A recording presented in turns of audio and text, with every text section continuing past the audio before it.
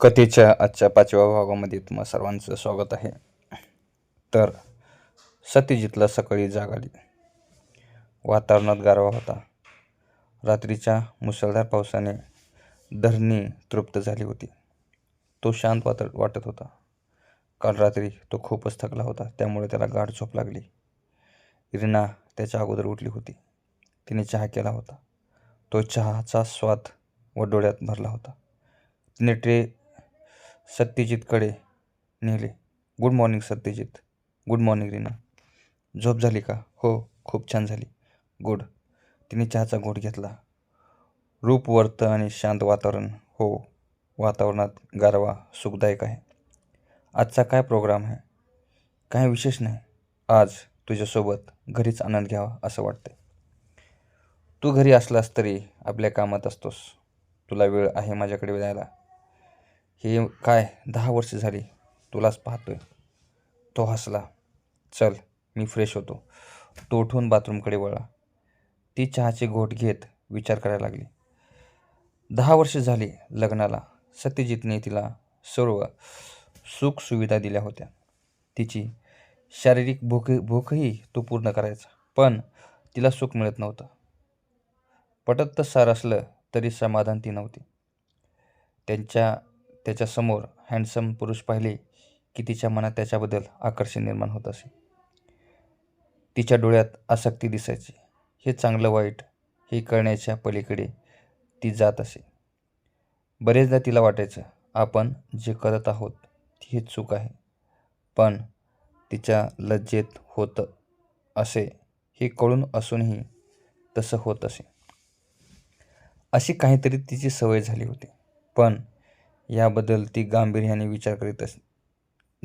विचार करीत नसे. फ्रेश होऊन सत्यजित बाहेर आला. त्याने रीनाकडे पाहिलं. रीना त्याला शांत समजावून दिसत होती. ती तिच्याकडे बघत होती. रीना, आपल्याला लग्नाला 10 वर्ष होत आली. तिनं हो म्हणली. तिने प्रश्नार्थक मुद्रेने त्याच्याकडे पाहिलं. 10 वर्षात आपण एकमेकांना भरपूर सुख दिलं, दुःखही वाटून घेतलं. हो ना. तुझ्याशी एक महत्त्वाच्या विषयावर मला बोलायचं आहे. तो गंभीर झाला. तो बोलायला लागला. माझं आयुष्य खरं छान आहे, पण तरीही मला जगण्याचा अर्थ नीट कळलेला नाही. आपलं जीवन अर्थपूर्ण कसं करावं हे कळत नाही. ती हसली. आपण जे करतो, जगतो त्याला अर्थ तर असतोच ना. तसं नाही. मला वाटतं माझा मूळ हेतू नीट कळलेला नाही. मग शोधायला पाहिजे ना. ऐक. तो समजून सांगण्याच्या प्रयत्नात बोलायला लागला. हे बघ, माझ्याकडे गाडी, बंगला, पैसा खूप सारा आहे. तरीही मी अस्वस्थ आहे. काहीतरी कमी आहे असं मला जाणवतं. आता तुझ्या आयुष्यात काय कमी आहे हे तुला माहीत असणार. तुला तसं कधी वाटतं का? ती म्हणली, वाटतं, पण मला त्या गोष्टीची कमतरता वाटते. ते मी प्राप्त करून घेतो. जास्त विचार करीत नाही. म्हणजे तू समाधानी वाटतेस आणि दिवसेदिवस सुंदर दिसत चाललीस. ती मंद हसली. तसं काही नाही. मी समाधानी नाही.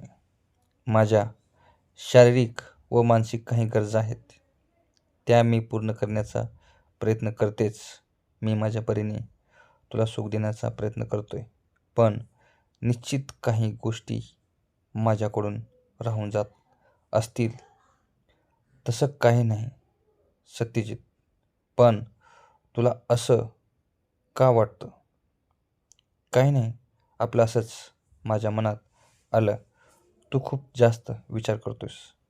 तेही असू शकतं. तो काही वेळ शांत बसला. तीही शांतपणे खिडकीतून बाहेर पाहत राहिली. मग तीच बोलायला लागली. सत्यजित. ती थांबली. त्याच्या लक्षात आलं की तिलाही काहीतरी महत्त्वाचं बोलायचं आहे. बोल, ऐकतोय. तुला एक गोष्ट सांगायची, पण भीती वाटत आहे. विचार कर. काही काळजी करू नको. मी कितीही चांगलं वाईट असलं तरी ऐकून घेऊ शकतो.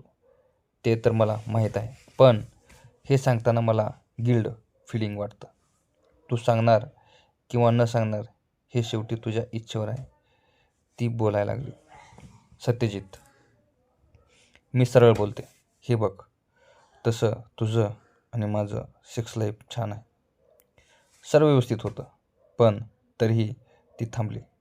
ती त्याच्या डोळ्यात पाहायला लागली. ती बोलायला लागली, तरीही मी परपुरुषाकडे पाहून आकर्षित होते असं मला का वाटत आहे? त्यात काय विशेष? आयुष्यात एकाच व्यक्तीसोबत आयुष्य काढत असताना असं होतंच, हे मला काही महिन्यापासून जरा जास्तच जाणवते. काही गोष्टी आपणास वाईट वाटतात, पण वाटल्या म्हणून आपण लगेच त्या गोष्टी करत नसतो. म्हणजे माझ्या ऑफिसमध्ये अनेक सुंदर स्त्रिया आहेत. मला कधीतरी त्यांच्याबद्दल आकर्षण वाटतं, पण याचा अर्थ मी त्यांच्यासोबत सेक्स करतो असं नाही. ती थांबली. पण माझ्या बाबतीत मला जो व्यक्ती आवडतो त्याच्याकडे मी नकळत ओढली जाते. तो सावधपणे ऐकायला लागला. त्यावेळेस याचा अर्थ तुझ्या मनावर नियंत्रण राहिलेलं नाही, ते मला कळत नाही. सर, नकळत होतं हे. असं कधीपासून होते? गेले 8-10 महिन्यापासून. हे ऐकून सत्यजितला काय बोलावं सुचत नव्हतं. तर मित्रांनो, ही कथा 5 नंबरची होती. त्यानंतर येणारा पुढला भाग 6 नंबर. ह्याच्यापुढं काय घडल, ह्याच्यापुढं काय आहे, काय विशेष आहे, ह्याचा भाग पुढल्या भागामध्ये तुम्हाला दाखवलं जाईल. तरी तुम्ही चॅनलवर नवीन असाल तर प्लीज चॅनलला सबस्क्राईब करायला विसरू नका आणि कृपया लाईक करत चला, व्हिडिओ बघत चला. तरी पुन्हा एकदा सर्वांचं आपल्या चॅनलवर खूप खूप स्वागत आहे आणि धन्यवाद. थँक्यू.